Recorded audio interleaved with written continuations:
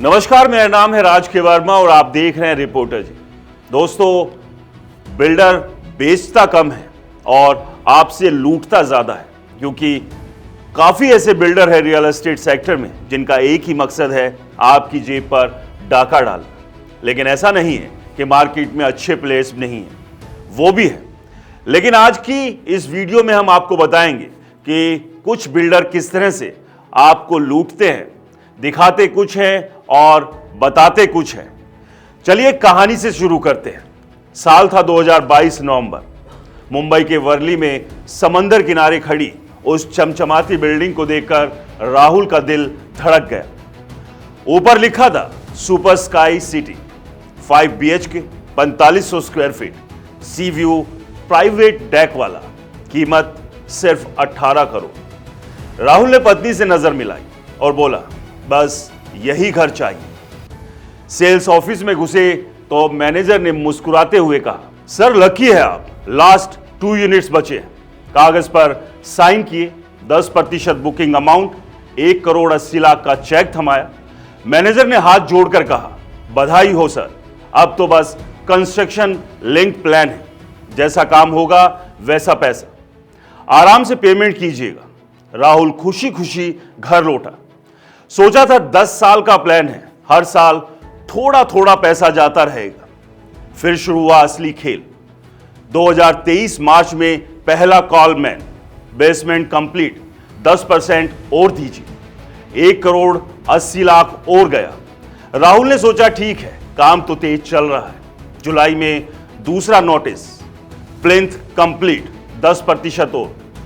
फिर अक्टूबर में तीसरा, 5वीं मंजिल का स्लैब डाल दिया, 8% और चाहिए।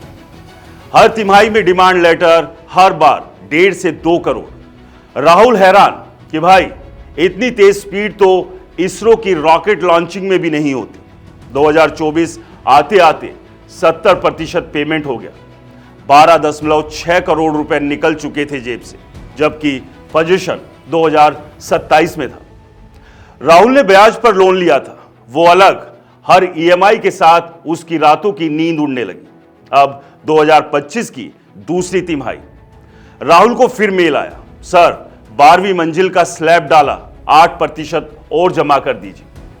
राहुल ऑफिस में बैठा चिल्लाया, अरे भाई अभी तो 15वीं मंजिल भी नहीं हुई, 12वीं का स्लैब कैसे डाल दिया? साइट विजिट किया तो देखा हकीकत में सिर्फ 8वीं मंजिल का काम चल रहा था।